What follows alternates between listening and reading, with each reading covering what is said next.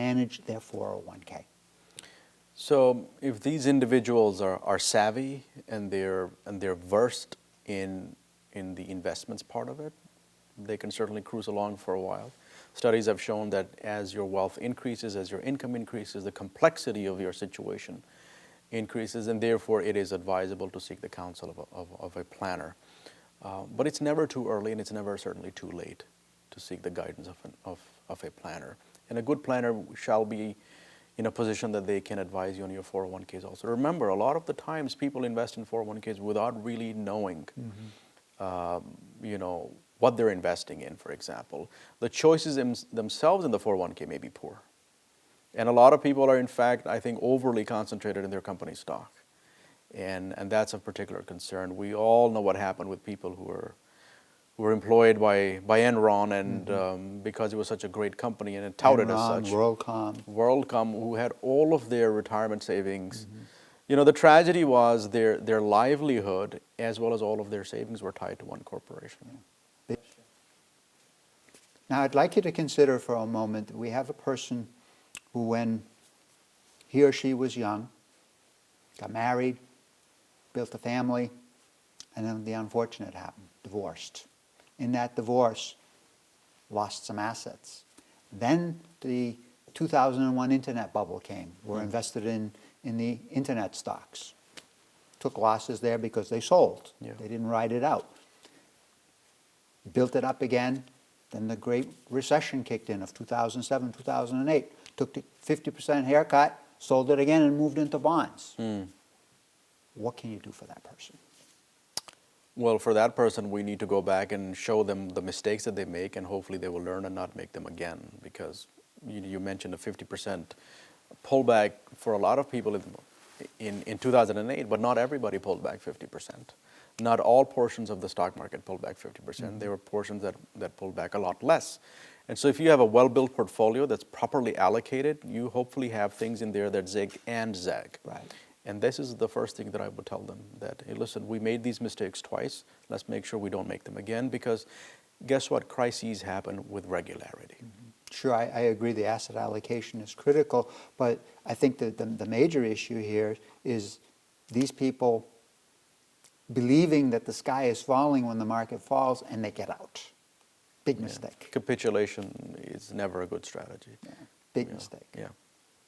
Panic is not a strategy. Most people get hurt when it comes to investing in money because they succumb to fear or greed. Neither of them are strategies. They're just mere emotions. Cash, is it possible for somebody who has a lower income to be able to save and save enough for when they retire? Absolutely. I have living, breathing examples in my client base and in my office. I have individuals who make what we would consider very well in income, for example, hundreds of thousands of dollars, who've walked through my office with nothing saved. And I have a client who's never made more than $48,000 a year, who's got a 7-figure portfolio, and she's just entering her 60s. So it's certainly possible. It all comes down to, do you have the will? Do you have the discipline? Are you willing to make hard choices? We live in a society where we like to buy things.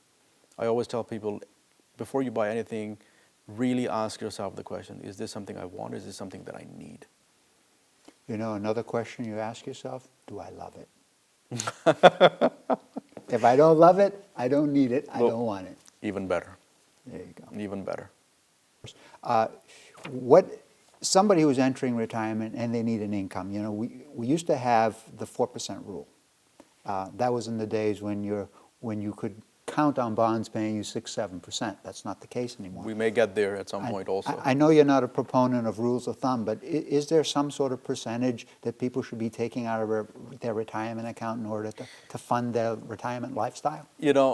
Much like people who say, oh, I'm 62, so I should start getting my Social Security. If you don't need it, don't take it out just yet.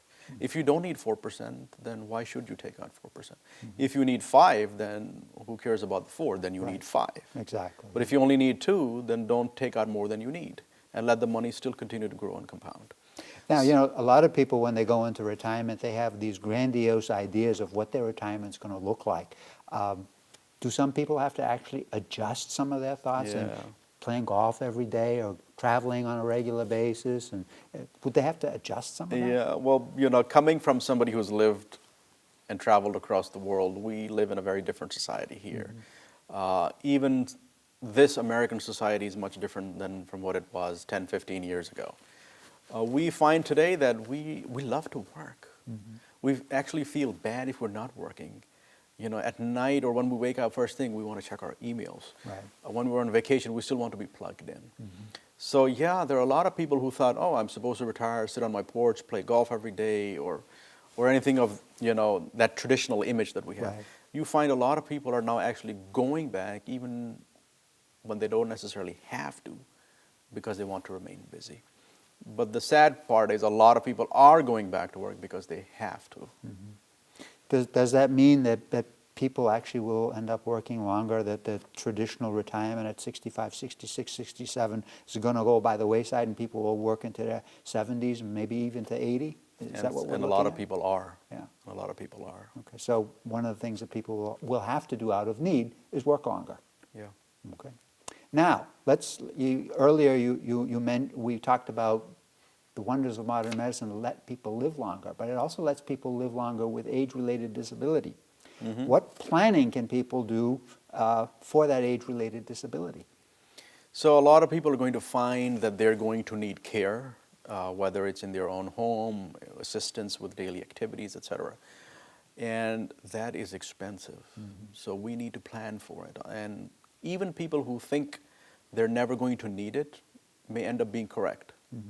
But there are people who are going to end up needing it, and that can bankrupt a lot of people unless you plan for it. Yes, it's long-term care in a nursing home or an assisted living facility can be quite expensive.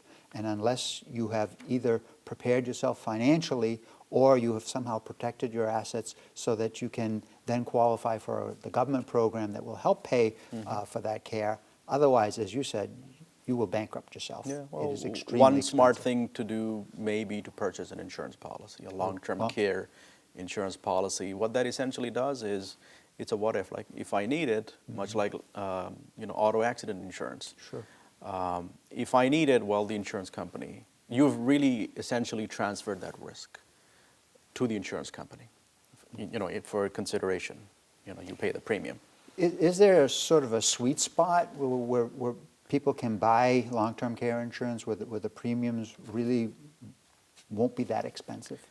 Well, anybody at any age could potentially be in a situation where they require it.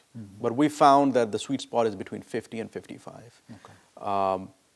It starts to get, much more expensive for some reason when you come out of that band. And perhaps prior to 50, it may not be financially that wise to invest in long-term care. But between 50 and 55, if you don't have any health issues existing, or you don't have a family history, because all of that gets taken into consideration. Now, there's various different flavors of long-term care insurance today, and I would think that for the ordinary person that has to be very confusing. It is, and unfortunately, we have a lot of people out there who are selling this and not really explaining all the bells and whistles. I've always said if you need to buy a car and you need a car to go from A to B, then just buy a car. Forget about that it has a GPS and it has a great stereo system. And so a lot of these things are sold because of their additional bells and whistles. If you truly want to buy a long-term care insurance to transfer that risk, then just buy a plain vanilla long-term care policy without any of the, today you have a lot of, let's say, annuities, for example, which are also products issued by insurance companies that may have a rider, that will cover a potential long-term care situation.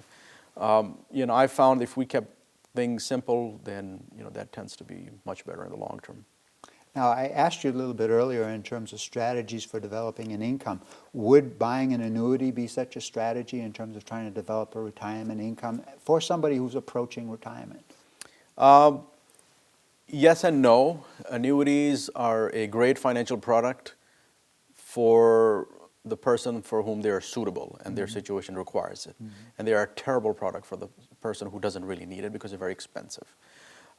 If you're trying to build, your own pension, then absolutely you should buy an annuity.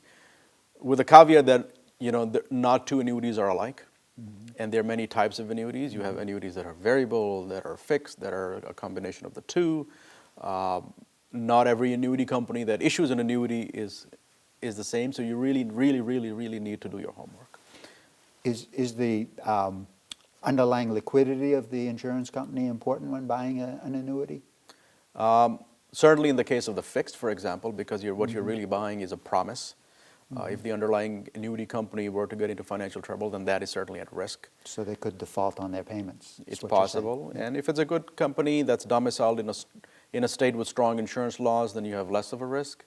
And then if they're participating in an annuity reassurance, then that, much like FDIC insurance for banks. But if you're purchasing, let's say, a variable annuity, then you've assumed a lot of the risk for the buildup of the cash that's going to generate that pension for you. So what I'm walking away with from this discussion is that really people need to start planning sooner rather than later. And if they wait until much later, they find that the situation is not only difficult, but they also find it extremely challenging to try to, well, the phrase we used, catch up. And that's where a lot of the mistakes are also made. Explain the mistakes. People might feel, geez, I'm really behind, so let me get into something very aggressive, or let me try to catch up by investing in what I think is going to be, emerging market stocks, and the more risk you take, the more potential for loss and also gain.